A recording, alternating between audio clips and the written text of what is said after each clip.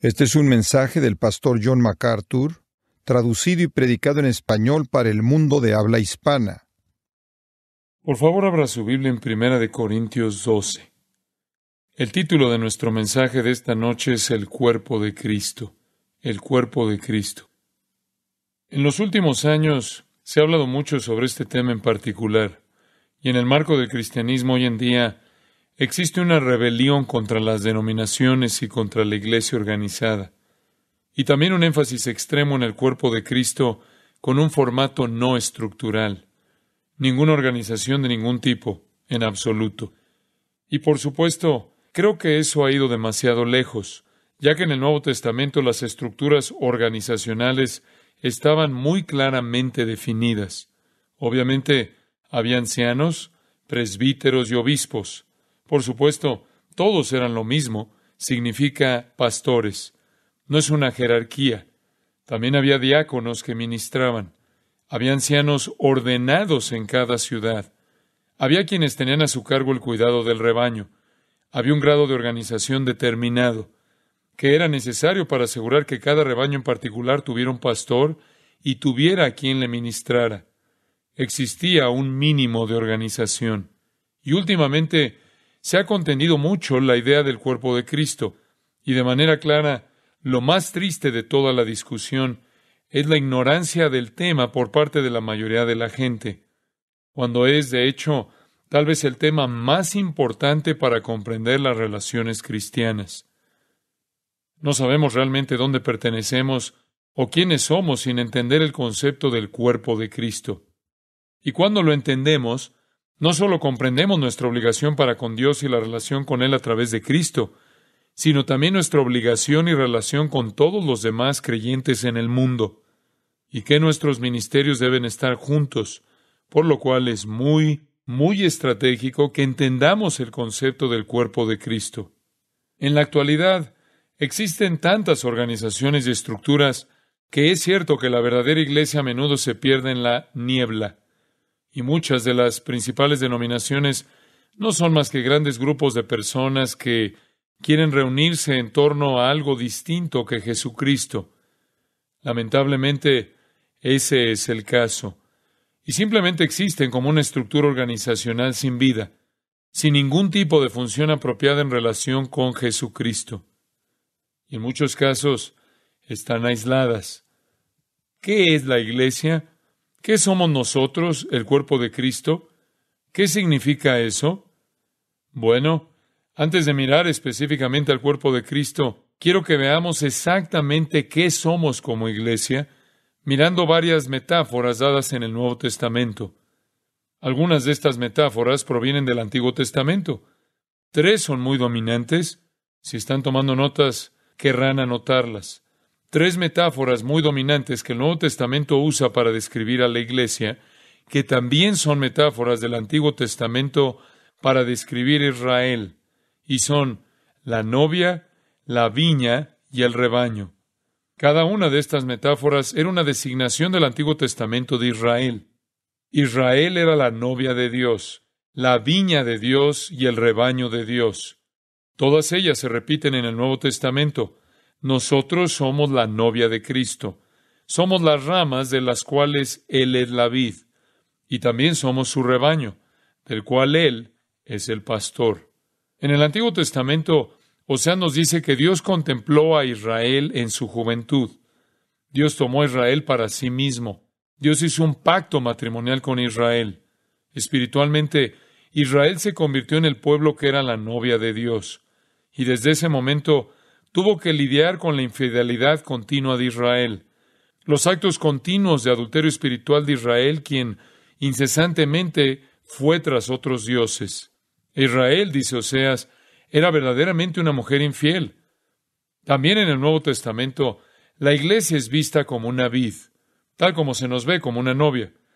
Y en el Antiguo Testamento, la vid o la viña representaba a Israel. Dios dijo que fue y plantó un viñedo. Él dijo que lo plantó en una colina fértil. Y esta era una imagen de Dios sacando a Israel de Egipto y situándolos en Canaán. Dios dijo, los removí y planté esta viña en esta ladera muy fértil. Allí echó raíces y llenó la tierra. Y entonces Dios construyó una torre de vigilancia, y desde allí custodiaba la viña. Y también erigió un lagar para preparar la vendimia. Y él miró su viña, nos dice Isaías, y quería que su viña produjera juicio. Pero la viña dio uvas silvestres de iniquidad. Y él miró su viña, nos dice Isaías, y quería que su viña o su vid produjera justicia. Pero la viña dio uvas silvestres de iniquidad, vileza, clamor y pecado. Entonces, Isaías 51 nos dice que Dios devastó su viña, y lo hizo. La tercera metáfora del Antiguo Testamento que Dios usó comparó a Israel con un rebaño, y Él era el pastor de Israel. Él llevó a José como a un rebaño, dice la Biblia. Tal como Él los había redimido de Egipto, dice Isaías, los llevó y los cargó como si llevara un cordero. Así que después de la cautividad de Babilonia, Isaías dice otra vez, Él reunió a los corderos en sus brazos y llevó suavemente a las recién paridas. Y Dios tiene una relación con Israel que es la de un pastor con su rebaño. Vemos las tres imágenes que Dios usó para determinar su relación con Israel en el Antiguo Testamento. Cada una de estas imágenes muestra la relación de Dios con Israel y enfatiza, noten esto, que el trato de Dios con su pueblo era directo. Era directo y era un ministerio de salvación soberano, así como también un ministerio de protección. Por lo tanto, en el Antiguo Testamento, Dios escogió a Israel como su novia. Él plantó a Israel como su viña. Él guió a Israel como su rebaño. Cuando llegamos al Nuevo Testamento, Jesús audazmente aplica estas mismas metáforas a la iglesia. Él enfatiza aún más la relación personal. Permítanme ilustrarlo. En primer lugar, la metáfora del Antiguo Testamento del matrimonio. Jesús la aplica a nosotros diciendo que Él es el novio y nosotros somos, ¿qué? La novia. Él dice, yo soy el novio. Y recuerden que en los evangelios, cuando el esposo se presentaba, el ayuno era innecesario. Continuemos con los festejos, el esposo está aquí. Pablo describe esta metáfora con más detalle con referencia al sacrificio amoroso de Cristo por la iglesia. Habla también sobre el liderazgo de Cristo en la iglesia, su propósito final para la iglesia.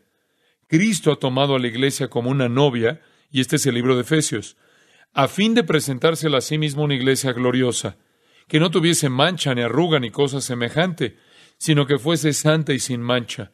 En otras palabras, nos junta como una virgen casta y pura. Y así nosotros, como iglesia, nos relacionamos con Cristo como una novia con el novio. De hecho, al final de Apocalipsis, cuando vayamos a estar con Jesucristo en la gloria, la Biblia dice que tendremos una cena. ¿Qué tipo de cena es? Es una cena de bodas. No solo eso, en 2 Corintios capítulo 5 dice que Dios nos ha dado las arras del Espíritu. Y la palabra griega arra significa literalmente anillo de compromiso. Y la razón por la que sabemos que vamos a estar casados con Jesucristo es porque tenemos un anillo de compromiso que es el Espíritu Santo. La metáfora del matrimonio está a lo largo de toda la escritura de Pablo en particular y culmina con la visión de Juan de la gran cena de bodas del Cordero en la Nueva Jerusalén, al final del libro de Apocalipsis. Por lo tanto, Jesús utiliza la metáfora del matrimonio para describir a la iglesia. Jesús también tomó la imagen de la viña en la parábola del esposo malvado en Marcos 12. Y allí se refiere a Israel. Y también la extendió, porque en Juan capítulo 15 dice, yo soy la vid, vosotros los pámpanos. Allí se utiliza la misma metáfora. La iglesia son los pámpanos que dependen de la vid.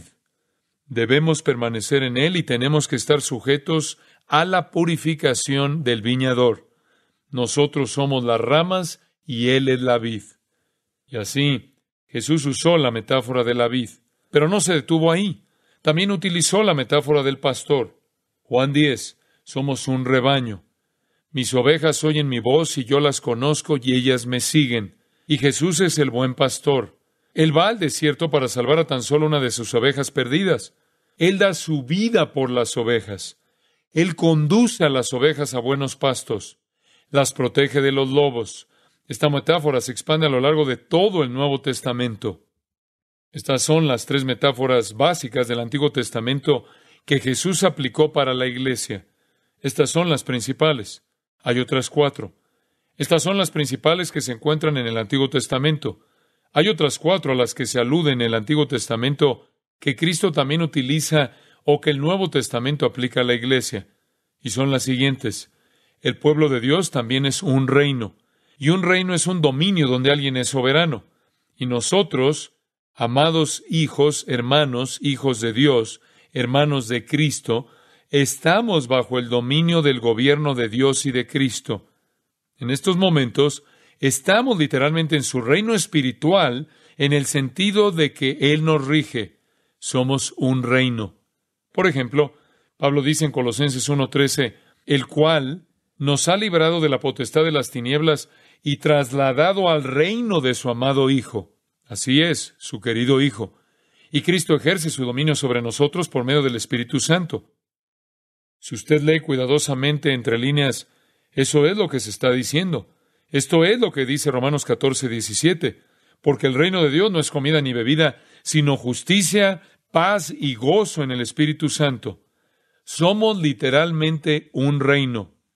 Hay otra metáfora con la que se nos designa en el Nuevo Testamento. También somos un hogar o una familia. Somos hijos de Dios y hermanos de Cristo. Somos coherederos de acuerdo con Romanos capítulo 8. Hermanos de acuerdo con Hebreos capítulo 2. Dios nos ha hecho nacer de nuevo en su familia. Él nos ha adoptado. Él ha enviado su Espíritu Santo a nuestros corazones, por el cual le llamamos Abba, Padre, que en griego significa papá, una expresión de cariño o cercanía. Y no debemos tener ningún pensamiento ansioso acerca del mañana, porque sabemos que nuestro Padre conoce nuestras necesidades antes de que siquiera pensemos en ellas. Hemos de ocuparnos del reino de Dios y todas las demás cosas nos serán añadidas. En tercer lugar, no solo somos un reino y un hogar o una familia, somos también un edificio.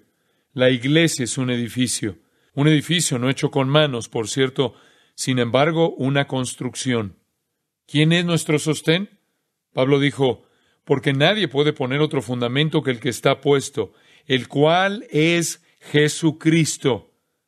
Y somos construidos sobre esa base. Los apóstoles fueron los primeros en la base, y de allí en adelante seguimos nosotros. Somos un edificio de Dios. A continuación, en cuarto lugar, somos un cuerpo, el cuerpo de Cristo. Y esta metáfora en particular no tiene ningún equivalente en el Antiguo Testamento. Ninguno. Las 3 primeras tienen una importante equivalencia en el Antiguo Testamento. A las 3 siguientes se las alude de un modo no tan significativo en el Antiguo Testamento. De esta no se hace ilusión en el Antiguo Testamento en absoluto. El concepto ni siquiera existe en el Antiguo Testamento. Usted preguntará, ¿y eso qué importa? Esta es nuestra posición única en Cristo. Somos el cuerpo de Cristo. Esto es único. No tiene equivalente alguno en el Antiguo Testamento. Es nuestra identidad única. Somos el cuerpo de Cristo. No somos un edificio. Estos edificios donde estamos ahora son totalmente irrelevantes. Contamos con ellos porque tenemos que venir y sentarnos en algún lugar para escuchar la palabra de Dios. La iglesia no es un edificio físico. Somos un edificio espiritual, como hemos dicho, no físico. Esta no es la iglesia. Usted es la iglesia. Yo soy la iglesia. No somos una organización. Somos una koinonía. Somos una comunión. Somos una comunión de un cuerpo, el cuerpo de Cristo. Ahora bien, esta metáfora única va a formar la base para nuestro estudio esta noche. Y por cierto, por muchas semanas en adelante, a medida que estudiamos el libro de Efesios versículo a versículo, el cual nos presenta la doctrina del cuerpo de Cristo.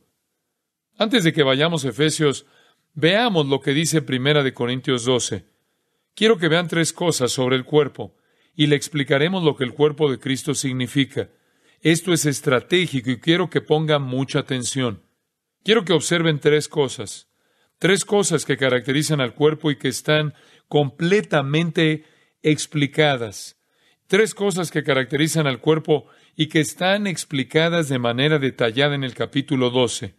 Número 1, la unidad. Número 2, la diversidad. Número 3, la armonía. Unidad, diversidad, armonía. Son cosas clave para que usted entienda. Parte del motivo por que la iglesia está tan deteriorada es porque las personas no están funcionando como el cuerpo. Palabras estratégicas. En primer lugar, observemos la unidad. La primera característica dominante de un cuerpo es su unidad. 1 Corintios 12:12. Porque así como el cuerpo es uno. Y aquí se está hablando de un cuerpo físico, y tiene muchos miembros, pero todos los miembros del cuerpo, siendo muchos, son un solo cuerpo, así también Cristo. Aquí Pablo menciona el cuerpo físico, y dice a la gente que ellos deben saber que un cuerpo físico debe ser uno. No se puede tomar un cuerpo físico y poner un brazo aquí y una pierna allá, un par de metros más allá una cabeza y un corazón, y luego decirle al cuerpo que haga algo.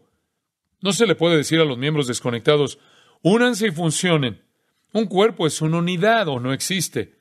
Debe ser uno. Pablo dice, el cuerpo es uno y tiene muchos miembros. El cuerpo físico no se puede cortar. Si lo hace, morirá. La esencia de un cuerpo es la unidad. Somos uno. Así también Cristo. Somos un cuerpo. Cristo es la cabeza, nosotros somos el cuerpo, todos los miembros, somos uno. Si nos separamos, estamos muertos. No podemos separarnos.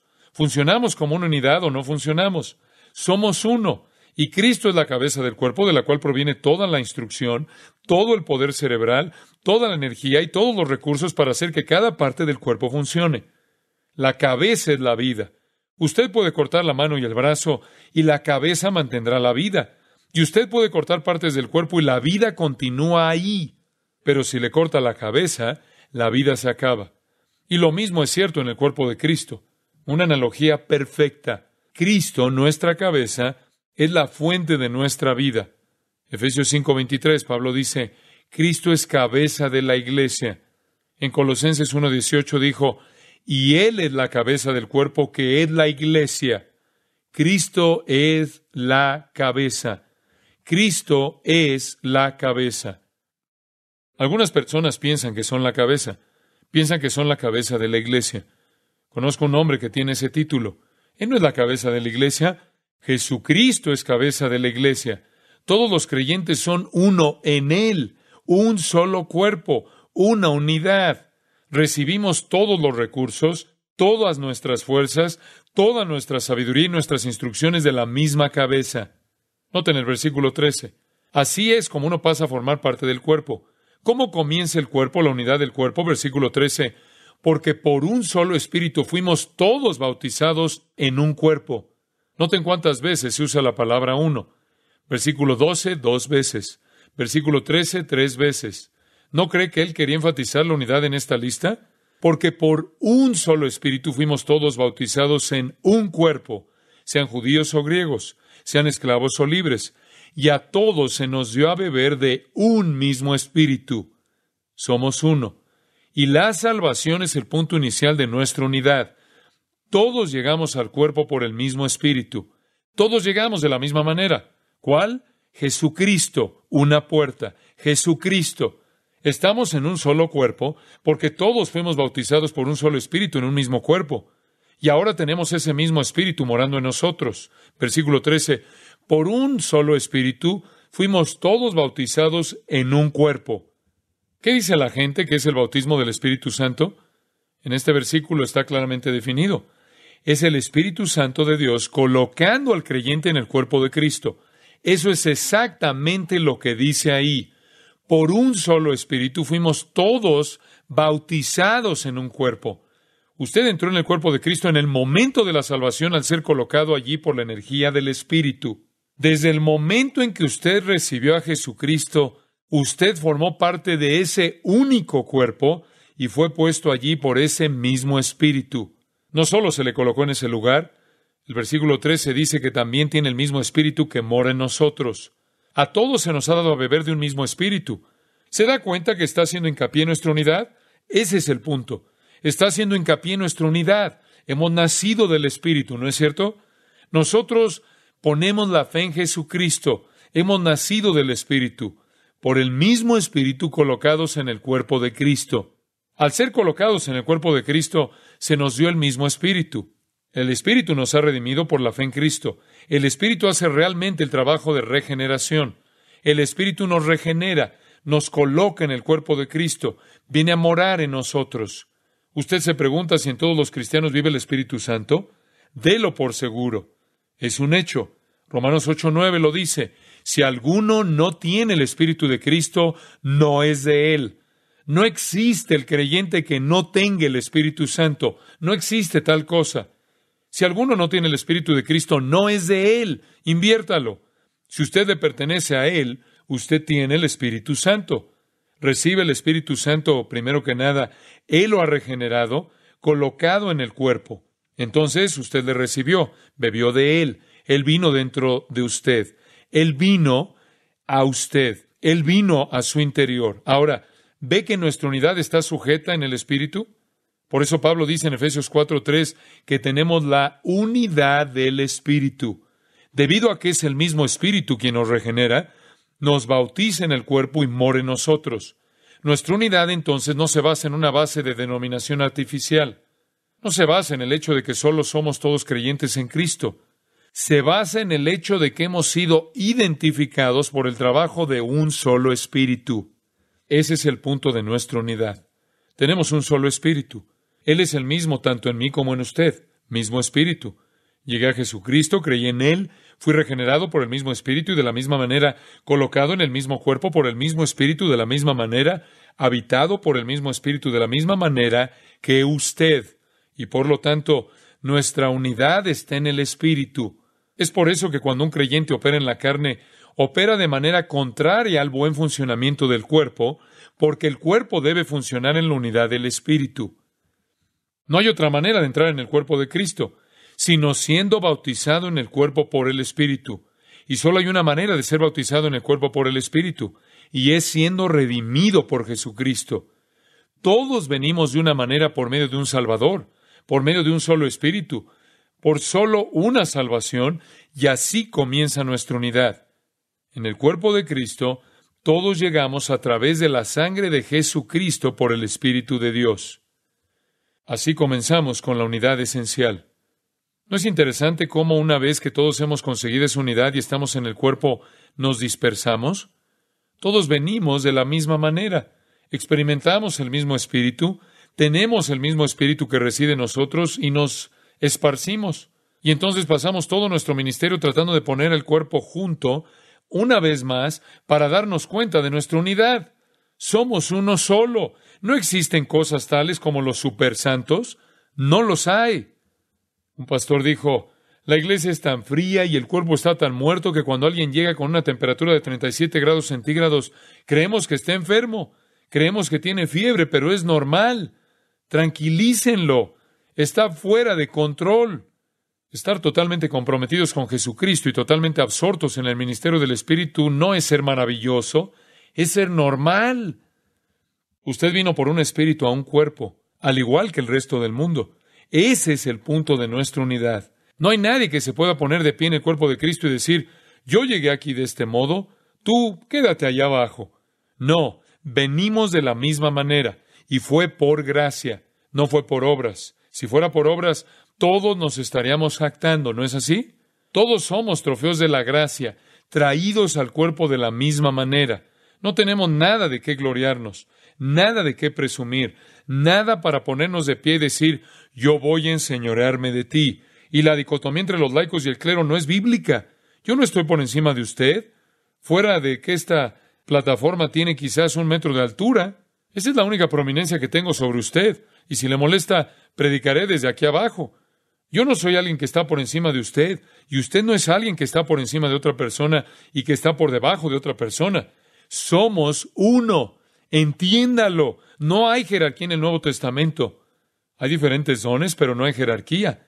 Si quiere un organigrama del cristianismo, tiene a Cristo en la cabeza y luego desde ahí es un gran círculo. Eso es todo. Todos llegamos al cuerpo de la misma manera.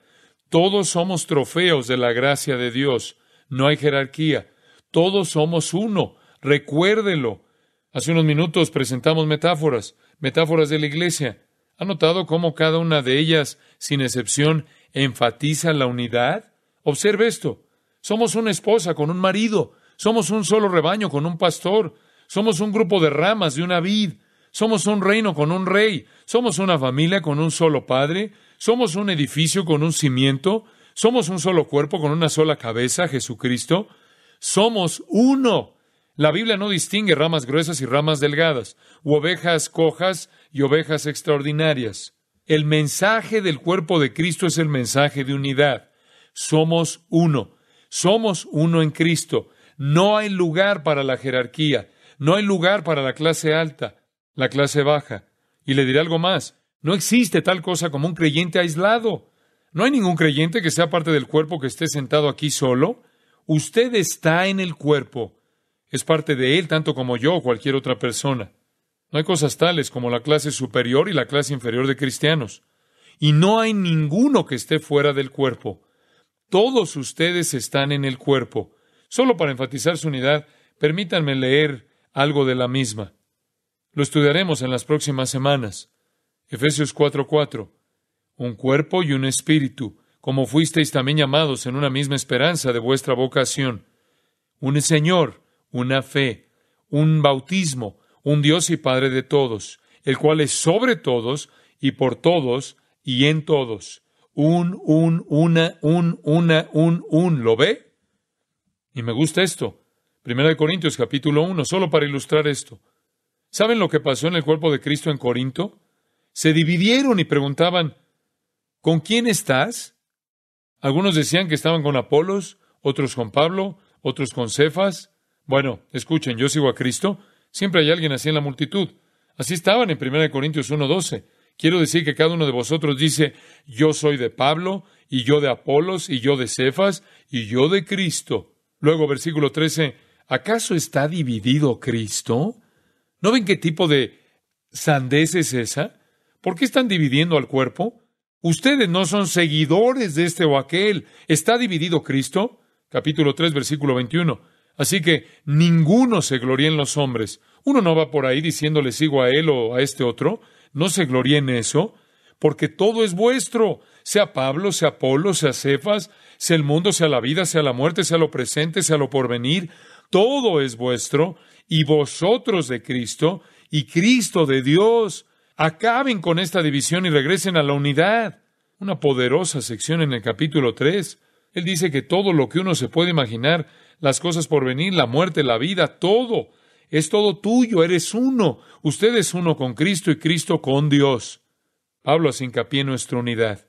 La iglesia es un pueblo, una asamblea de redimidos que debe su existencia incomparable, su vida en común, al hecho de que fueron colocados por un espíritu en un solo cuerpo en donde mora el mismo espíritu. No somos creyentes aislados, somos uno. ¿Sabía usted que su vida nunca termina? Simplemente empieza donde empieza la mía. Y todo el cuerpo de Cristo sigue adelante de esa manera. No hay separación. Es una cadena sin fin. Hemos sido llamados a la comunión con su Hijo, Jesucristo nuestro Señor. Todos formamos parte de su cuerpo. Usted se preguntará qué nos trajo aquí. ¿Somos los escogidos de Dios? Somos la eclesía de Dios, aquellos a quien Dios elige, llamados a apartarnos del mundo para existir como una entidad separada.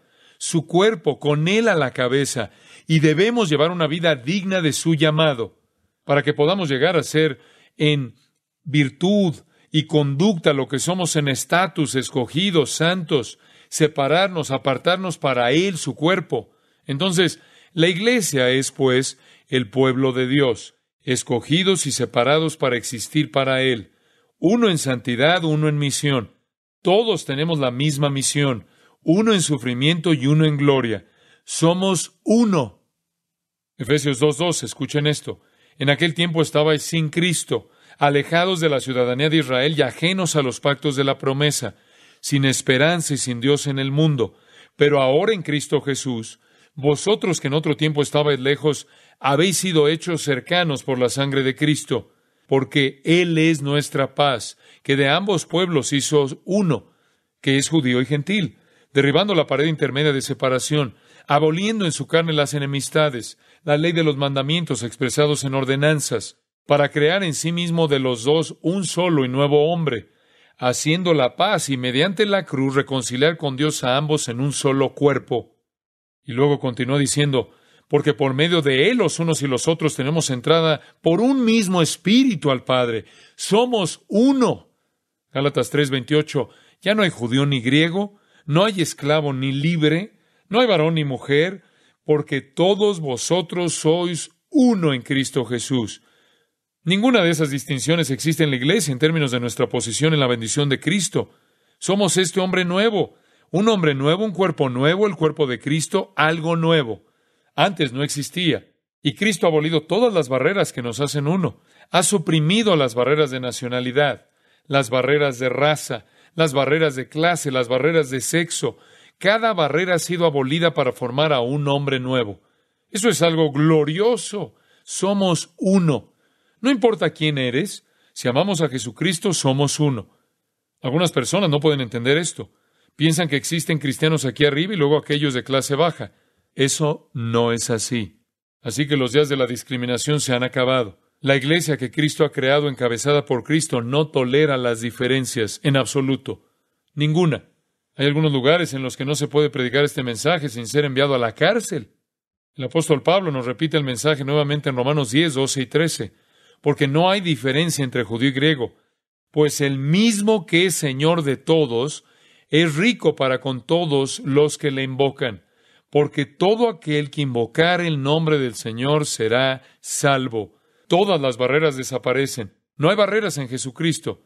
Somos un nuevo hombre.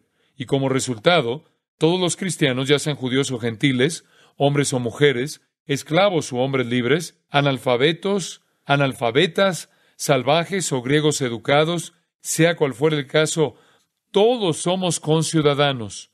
Pablo nos llama a 4 cosas usando palabras griegas.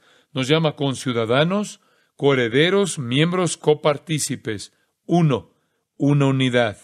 En todas las metáforas se hace hincapié en la unidad. Es mi oración por esta iglesia que por lo menos esta parte del cuerpo de Cristo pueda sentir nuestra unidad. Necesito sufrir cuando usted sufre. Y usted tiene que estar dolido cuando yo estoy dolido. Y tengo que ser sensible a sus necesidades. Y usted tiene que ser sensible a las mías. Y yo tengo que darle amor cuando necesita amor. Y necesito que usted me lo dé cuando yo lo necesite. Y exhortarlo cuando usted necesita que lo exhorten. Y que me exhorten cuando yo lo necesito. Y cuando necesite ser reprendido, reprenderlo. Y cuando necesito reprensión, que usted me reprenda a mí. Eso va para todos, excepto mi esposa. No quiero que se entusiasme. Ella ya lo hace.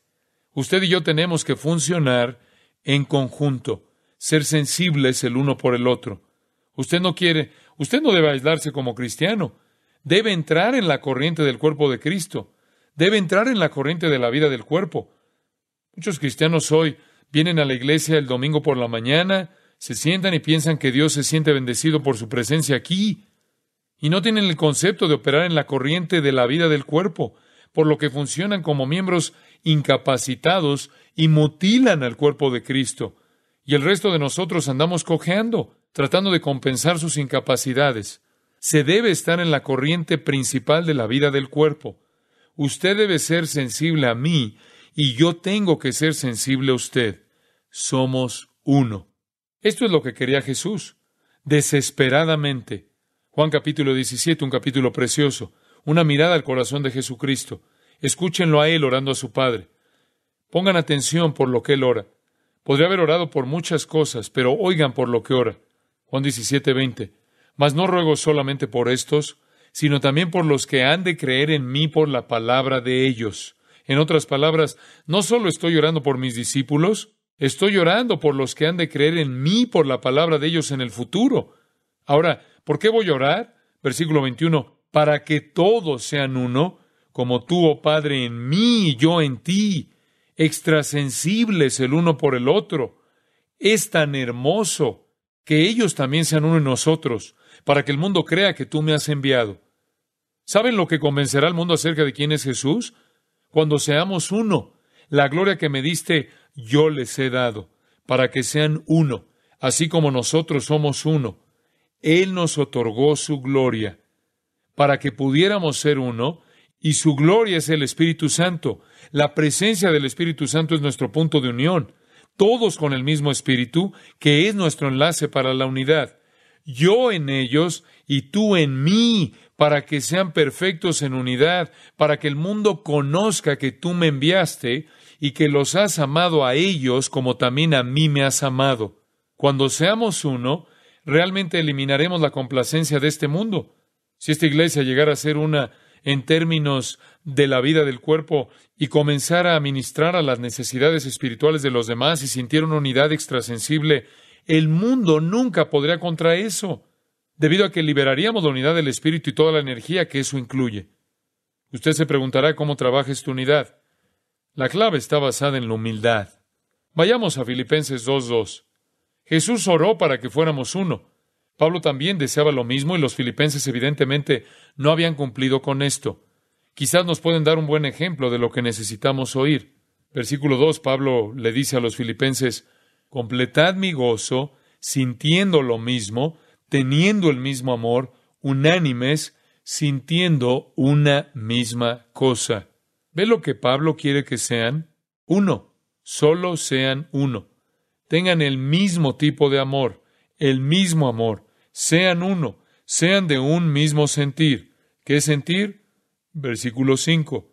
Haya pues en vosotros este sentir que hubo también en Cristo Jesús. ¿Cuál es? Versículo 6. El cual, siendo en forma de Dios, no estimó el ser igual a Dios como cosa que aferrarse, sino que se despojó a sí mismo, tomando forma de siervo, hecho semejante a los hombres, y estando en la condición de hombre, se humilló a sí mismo, haciéndose obediente hasta la muerte y muerte de cruz. Ese es el espíritu de humildad condescendiente. Aquí está la mente de Cristo. Él estaba allí, vino y fue obediente hasta la muerte. Esa es la humildad. ¿Ya sabe cómo llegamos a ser uno? Versículo 4, no mirando cada uno por lo suyo propio, sino cada cual también por lo de los otros. ¿Ya sabe cómo llegamos a ser uno? Siendo como Jesús y diciendo, mira, no importa mi persona, solo quiero venir aquí, y si eso significa sufrir para mostrar mi amor, voy a sufrir. La humildad solo dice que yo no me preocupo por mi persona, solo me importas tú. ¿Se imagina lo que pasaría si todos nosotros no nos preocupáramos para nada por nosotros mismos y por todo para los demás? Usted estaría muy bien cuidado, todo este cuerpo cuidaría de usted, pero la mayoría de los cristianos pasa mucho tiempo cuidando de sí mismos. Si alguna vez aprendiéramos, y por el Espíritu de Dios podemos, simplemente empezar a preocuparnos por los demás, nos ahogaríamos en cuidado y amor.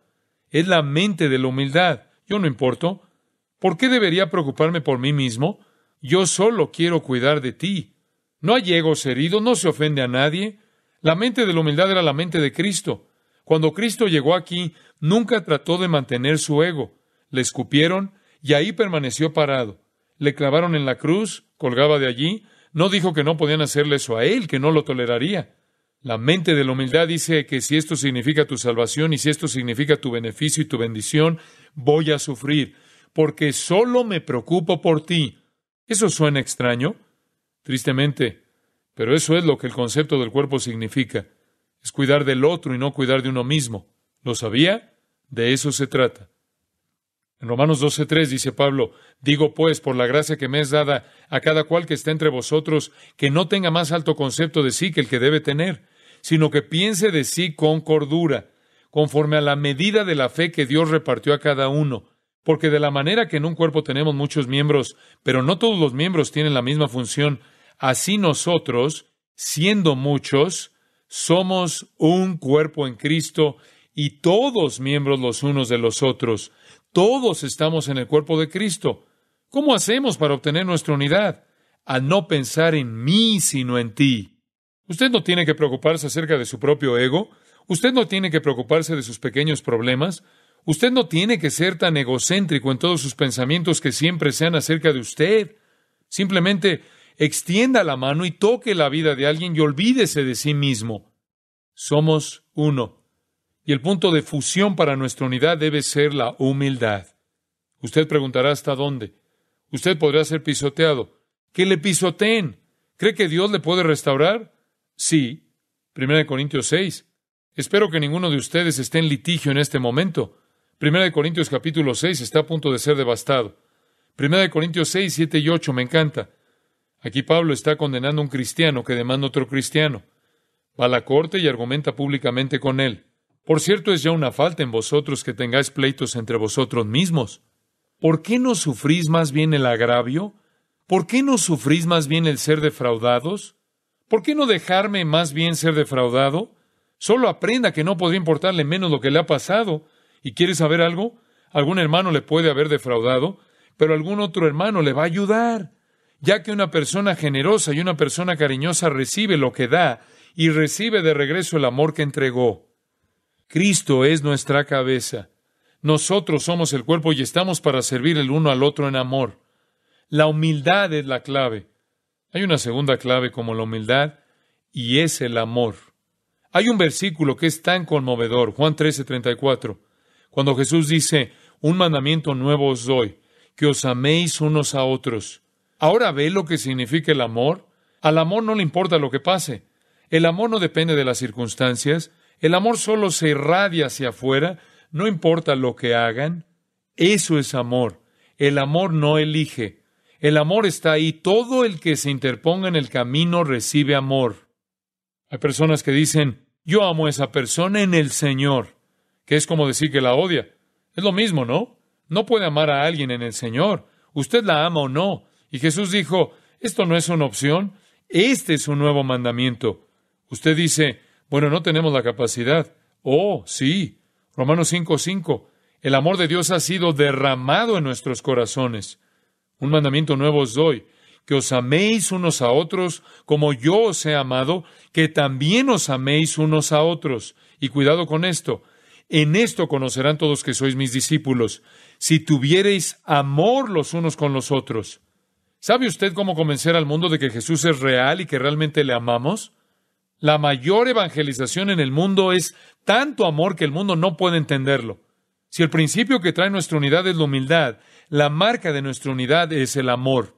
Pablo se lo dijo a los tesalonicenses, el Señor os haga crecer y abundar en amor unos para con otros. Juan dijo que este es el mensaje que habéis oído desde el principio, que os améis los unos a los otros. ¿Está seguro que usted ama? ¿Ama como Cristo amó? ¿O es tan protector de su ego que cada vez que algo sale mal, toma represalias y reacciona y se amarga? Y si todo no es como le gusta, y si la iglesia no es como le gusta, y si tal hermano y tal hermano, ¿ese es el tipo de persona que es? ¿O es usted la clase de persona amorosa que no importa cuáles sean las circunstancias, su amor solo brota y todo lo que hay ahí afuera lo recibe? Somos uno. Y el principio de nuestra unidad es la humildad y la marca de la unidad es el amor. Es el tipo de amor que se humilla. Es el tipo de amor que se dirige a su hermano y dice, hermano, he tenido un resentimiento contra usted y quiero pedirle que me perdone y quiero comenzar a amarle. Esa es la clase de amor que es. Y entonces, es el tipo de amor que dice, hermano, yo te perdono. Y es la clase de amor que dice, hermano, lo siento. Lo siento. Es el tipo de amor que no critica a los demás para edificarse. Y es la clase de amor que ama sin importar el costo, el dinero, el prestigio, la posición, no importa. Nuestra unidad se incrementará y afectará nuestra humildad y amor. Ahora voy a decirlo de esta manera. Si usted siente algo que no sea amor por algún creyente, para que el cuerpo de Cristo sea alguna vez saludable, usted va a tener que orar a Dios, arrepentirse y confesar, e ir a ese creyente y arreglar las cosas. Tiene que ir con ese creyente y arreglar las cosas. Tenemos que tener su amor. Así es, el suyo. Escuchen todos. Debemos tener su amor para la unidad del cuerpo. Nunca la tendremos sin el suyo. Tenemos unidad posicionalmente, tenemos que tenerla en la práctica o el mundo nunca la conocerá. Y experimentaremos la alegría de la vida del cuerpo. Y por eso somos uno. Practiquemos nuestra unidad posicional. La segunda cosa sobre el cuerpo, regresemos un minuto a 1 Corintios 12. Si el primer aspecto del cuerpo es la unidad, el segundo aspecto es la diversidad. Diversidad. Somos uno y sin embargo somos muchos. Ahora el versículo 14 de 1 Corintios 12. Además, el cuerpo no es un solo miembro, sino muchos.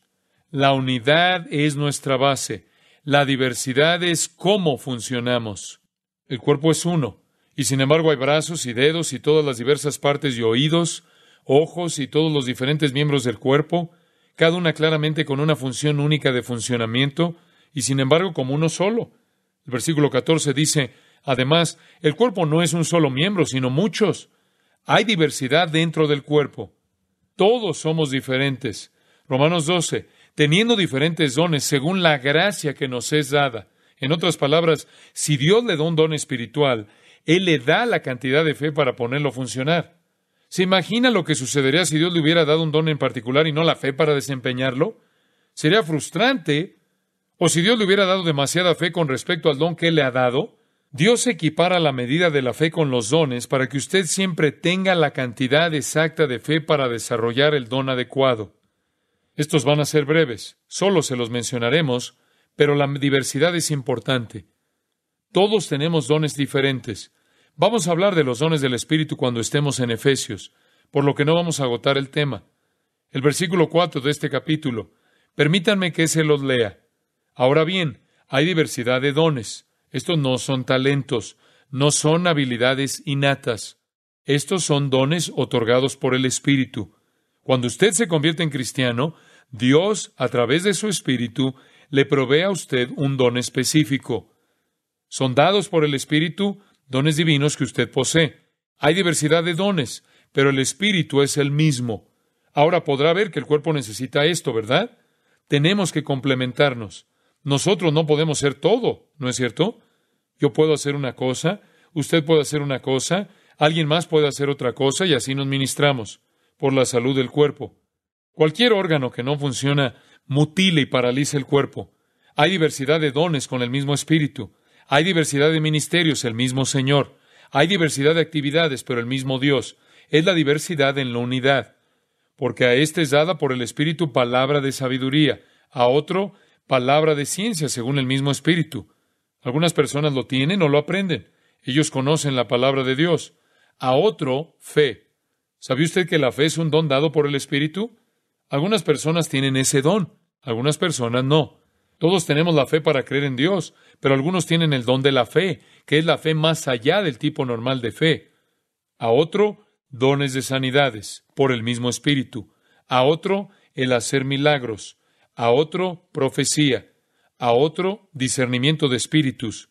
A otro, diversos géneros de lenguas. Y a otro, interpretación de lenguas. Y por supuesto, si estudia cuidadosamente la palabra de Dios, se dará cuenta de que hay todo tipo de dones mencionados en Romanos 12 y en Efesios también. Algunos de ellos son temporales, algunos de ellos son permanentes, algunos de ellos son para los incrédulos, algunos de ellos son para la edificación del cuerpo. No vamos a detenernos en todo eso, pero básicamente hay diversidad de dones. Versículo 11.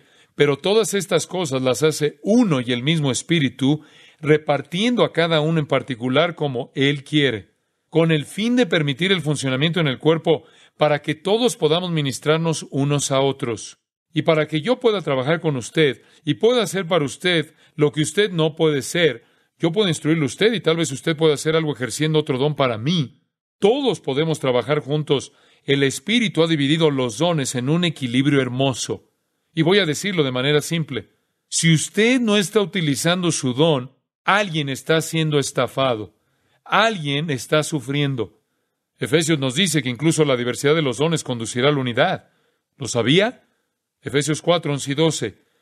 Y Él mismo constituyó a unos apóstoles, a otros profetas, a otros evangelistas, a otros pastores y maestros, a fin de perfeccionar a los santos para la obra del ministerio, para la edificación del cuerpo de Cristo hasta que todos lleguemos a la unidad de la fe.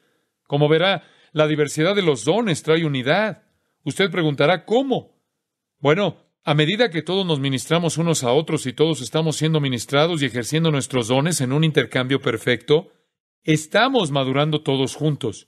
Y cada miembro recibe el cumplimiento perfecto de los dones. Así nos estamos uniendo. Porque si usted me está ministrando y yo le estoy ministrando a usted, y juntos estamos ejerciendo los dones que Dios nos ha dado, estamos todos juntos creciendo en un cuerpo maduro perfecto. Y así, la diversidad es muy importante. Sus dones espirituales son una bendición dada por un Dios soberano y hay que utilizarlos. La Biblia no dice que encuentre una organización e imparta su don en ella. ¿No dice eso? Si usted tiene un don espiritual, ejérzalo. Si usted tiene el don de ayudar, vaya a ayudar a alguien. ¿No necesita la organización de la iglesia? Hágalo. Si usted tiene el don de enseñar, busque una clase y enseñe. Busque a alguien que necesita ser enseñado. Si usted tiene el don de evangelizar, busque a alguien que no conoce a Jesucristo y evangelícelo. ¿No necesita la organización de la iglesia? Muchas personas están quietas, tienen dones espirituales que el cuerpo de Cristo anhela, y alguien necesita que le ministren. No espere a que la organización le dé un puesto. Vaya a buscar a alguien y practique su don. Y si usted no puede encontrar a alguien a quien ayudar con su don, entonces usted, para empezar, probablemente no está en la corriente principal de la vida del cuerpo. Necesitamos que su don sea ejercido. El Espíritu no se lo otorgó para dejarlo apoyado sobre un estante. Usted dirá, bueno, yo no sé cuál es mi don. Averígüelo. Lea la lista de dones en Romanos 12, 1 Corintios 12 y Efesios 4. Descubra cuál es el suyo por medio de la oración y mediante el estudio de los dones y la determinación de qué es lo que le gusta hacer y qué hacer con la bendición del Espíritu. Usted sabe que no tiene el don de ser pastor o maestro si usted es una mujer. Eso queda eliminado. En segundo lugar, usted sabe que no tiene el don de evangelismo si no puede estar delante de la gente y hablar, al menos a gran escala. Si le gusta trabajar con la gente, tal vez tenga el don de ayudar. Si usted es un gran organizador, tal vez usted tiene el don de administrar o gobernar. Sea cual fuere, usted los descubrirá y le prometo que si usted es honesto y quiere saberlo, el Espíritu Santo se lo mostrará. Y no se preocupe por esta iglesia. No se preocupe por Grace Community Church. Encuentre a alguien que necesite ser ministrado y ministreles. Usted no necesita esta organización para ejercer su don. Si lo hace, está apoyado en una muleta. Utilice su don. Si no hay vacante en la estructura, vaya a ministrar a alguien más. Vaya a enseñar a alguien. Vaya a buscar a alguien que quiere saber. Usted dice, ¿dónde están? Esta misma noche, la iglesia está llena de personas que necesitan conocer la palabra de Dios. Probablemente podrá comenzar con un conocido, ir a la casa de alguien, reunirse con ellos un día y sentarse a enseñarles algunas cosas. Hay tantos cristianos nuevos en esta iglesia que necesitan aprender. Encuentre un ministerio. Si su ministerio es el ministerio de la compasión, del cuidado de las personas, visite a algunos enfermos. Tenemos una lista de ellos. Llame a la oficina, búsquelos. No espere la estructura. Ministre su don. Hágalo ya. El punto 3, la armonía. La última cosa que el cuerpo debe tener es la armonía. Todos estamos ministrando nuestros dones y se tienen que combinar. Versículo 15. Si no hay armonía en el cuerpo, es ridículo. Si dijera el pie, porque no soy mano, no soy del cuerpo, ¿por eso no será del cuerpo? Por supuesto que no. Y si dijera la oreja, porque no soy ojo, no soy del cuerpo, ¿por eso no será del cuerpo? La idea de la insignificancia. Yo soy tan insignificante que ni siquiera pertenezco a esta situación. Eso no es verdad. Usted tiene una función. Versículo 17. Si todo el cuerpo fuese ojo, ¿dónde estaría el oído? Si todo fuese oído, ¿dónde estaría el olfato? Por eso Pablo dice, si todo el cuerpo era un ojo, ¿dónde estaría el oído? Si todo el cuerpo fuera oído, ¿dónde estaría el olfato? Tiene que existir la diversidad. No hay lugar para la envidia o los celos porque no hay jerarquía. Usted no tiene por qué envidiar los dones de nadie. Dios le ha dado el suyo.